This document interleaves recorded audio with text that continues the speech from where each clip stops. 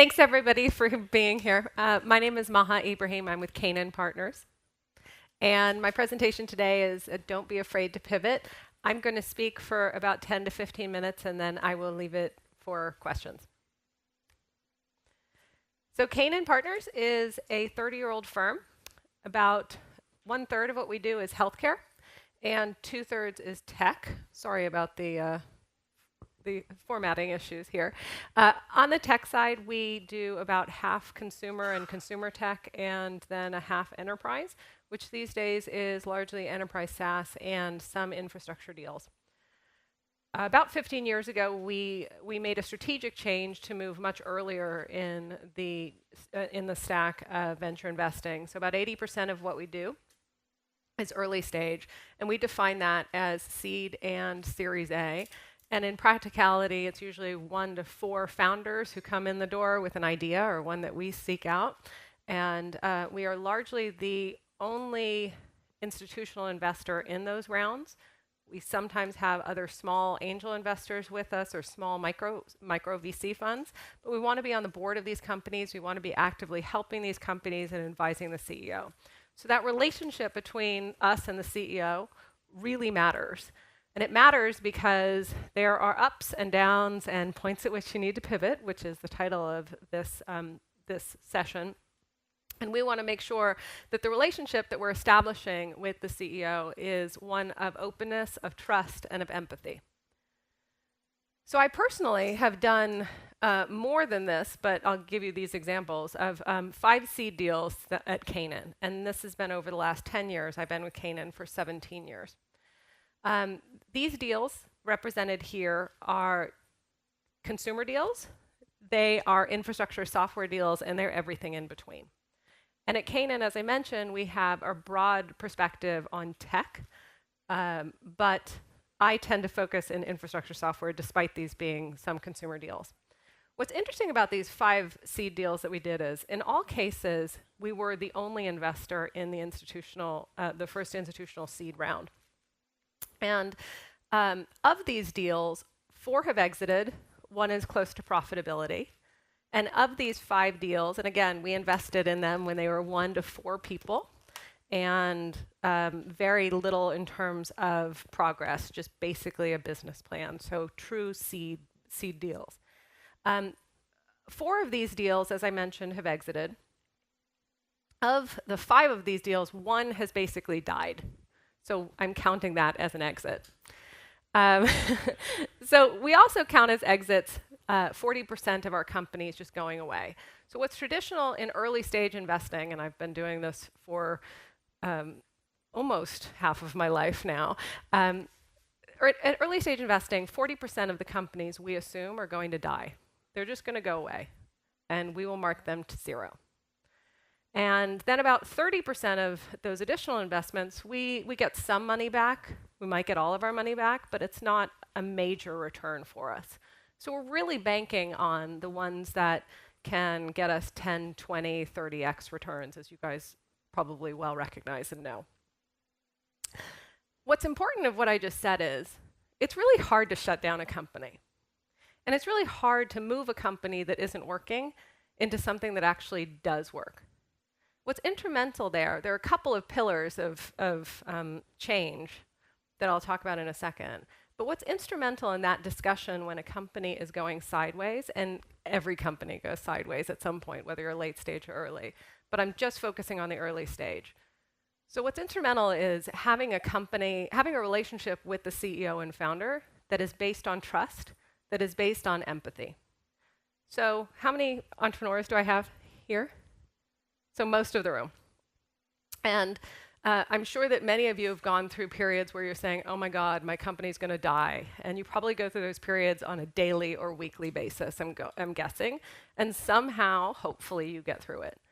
What you need is an advisor and or a board member who's able to understand that as a founder, you're sacrificing on so many dimensions to get your company off the ground. You're sacrificing personally, professionally, financially. And you're putting almost all of your chips, if this is roulette, on one number. And I, as a venture capitalist, are taking 10 chips and putting them on 10 numbers. And again, if 4 of them die, but 1 of them hits the jackpot, in my business, that's okay. And if 2 of them hit the jackpot in my business, that's phenomenal. But if I can get even 1 of those in the 40% category to hit the jackpot, then I've done even better than phenomenal. And that's where the pivot comes in. So of all of these 5 companies, all of them but 1 have pivoted. So the one that hasn't pivoted is profitable right now. And the other 4, as I mentioned, 3 of them have exited for nice sums, and then the other one died. And by pivot, I mean anything from a wholesale change, so I was doing A today and I'm doing B tomorrow, to I was doing A today and I'm kind of doing A prime. So the relationship with that founder means everything. Because when it's not working, I want to be able to have a conversation with you around why it's not working and around the acknowledgement that it is not working. And then what can we do about it? So when I sign a term sheet with my companies, the first thing I do is sit down with the CEO and I have that exact conversation. Mrs. CEO, I just want to let you know that at some point in time down the road, it's going to get really hard. And I want you to come to me and tell me that it's gotten hard. I don't want you to hide it. I don't want you to obfuscate it. I don't want you to cover it up even a little. I want you to tell me what's going on, but I also want you to have a solution. I don't want to be the one solving your problems. And I want to have a dialogue with you and a relationship with you that says, if things aren't working, you, Mr. CEO, it's an opportunity cost. You can go somewhere else and do something amazing for the next 10 years of your life.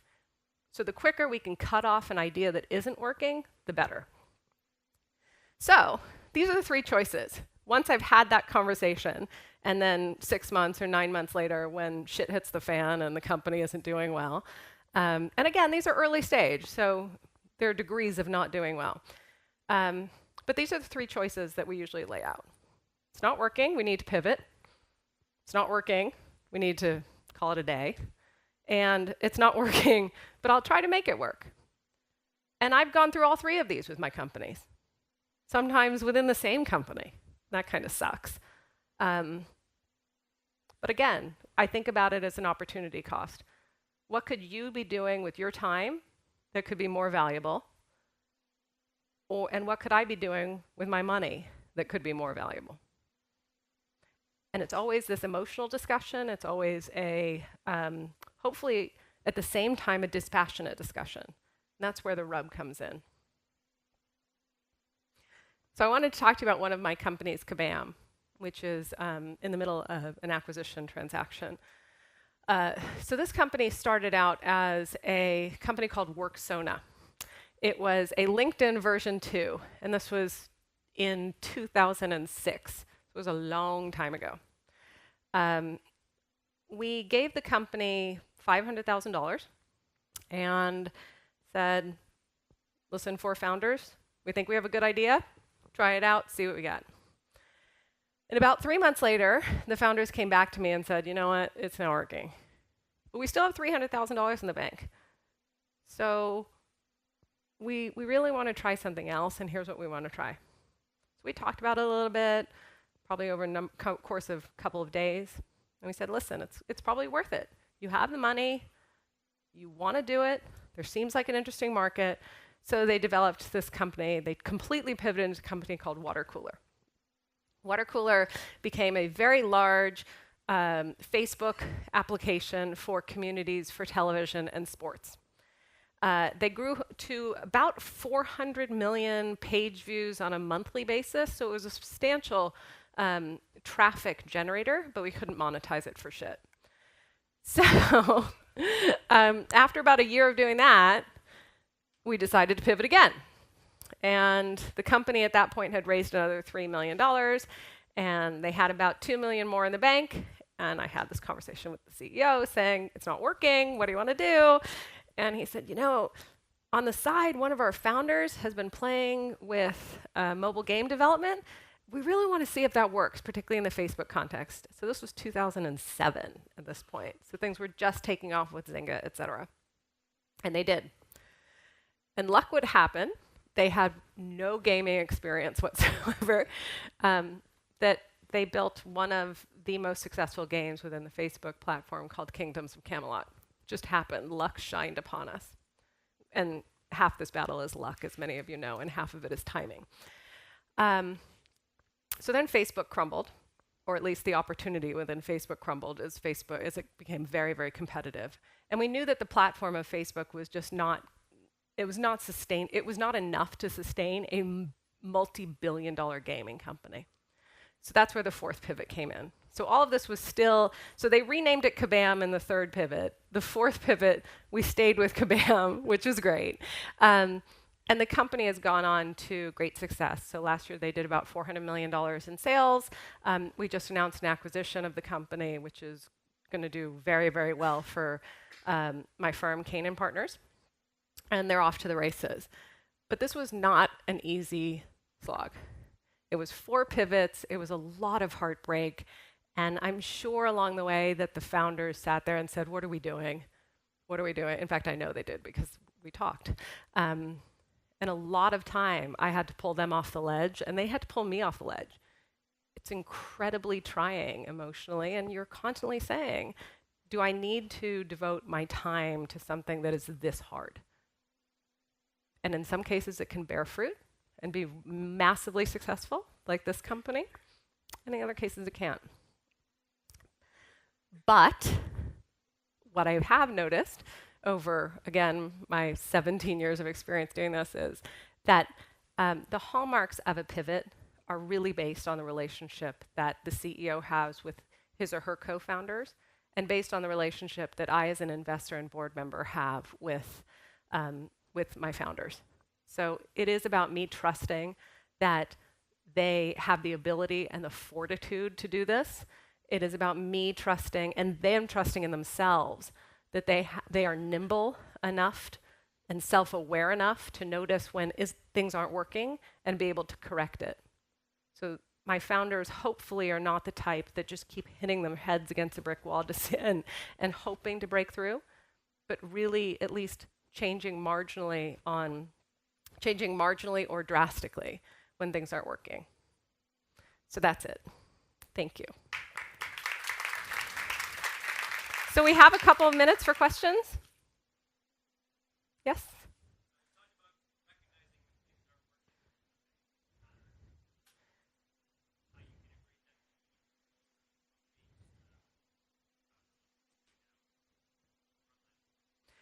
So he asked, have I seen patterns when things aren't working of how founders can better communicate and better get feedback from other employees and outsiders? Is that accurate?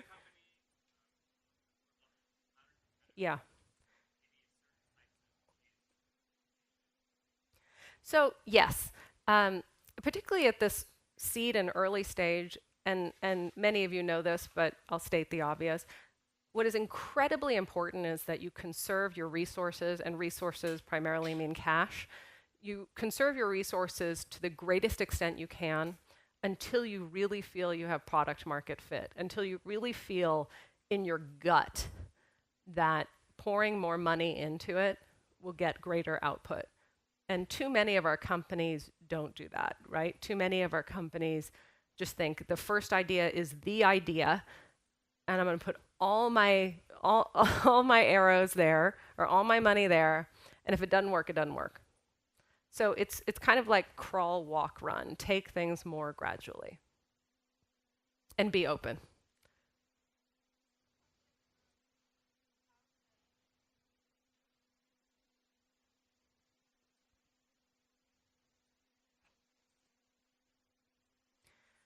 Yeah, I mean, typically so she asked at what point in time a pivot is appropriate and what time it isn't appropriate. Yeah, typically when companies are, 30 employees up, it becomes very difficult to turn the ship, right? I mean, think about it as a boat. The bigger you are, it's harder to turn. You need more fuel to turn. You need more wind to turn. Whereas if you're small and nimble, it's a lot easier, and you fit in spaces that a big company otherwise couldn't. So I think that analogy is really appropriate, and I would say that the easiest and best time to pivot is when you are at that seed or Series A stage. You haven't raised a lot of capital, you're not disappointing employees and investors, et cetera, and at the same time you have the talent, hopefully within your core group, that allows you to change completely.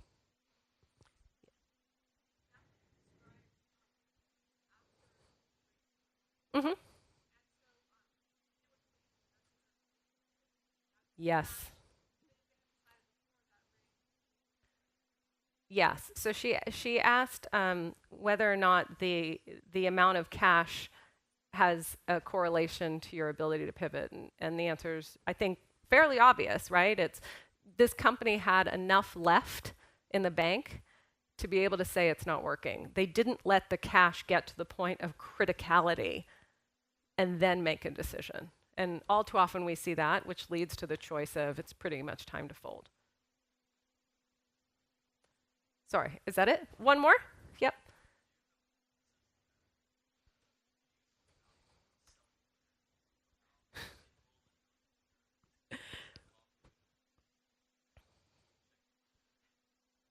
Yeah.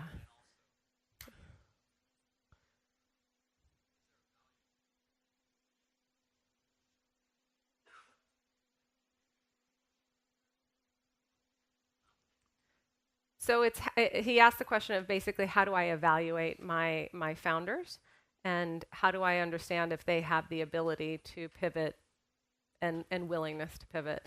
And you're right, so much of it is about EQ. So much of it is about um, is spending enough time with the founder to make sure that they understand that the first avenue that they go down is probably not going to be the last.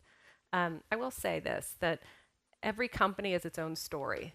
And I say that a lot. Every company is its own story. There's not one pattern that fits any one of my companies. And so I, as an investor, have to be self-aware enough and aware enough of that to understand that even though this didn't work here, it could work here, in addition to, again, having that interpersonal relationship. Okay, thanks, guys. Thanks.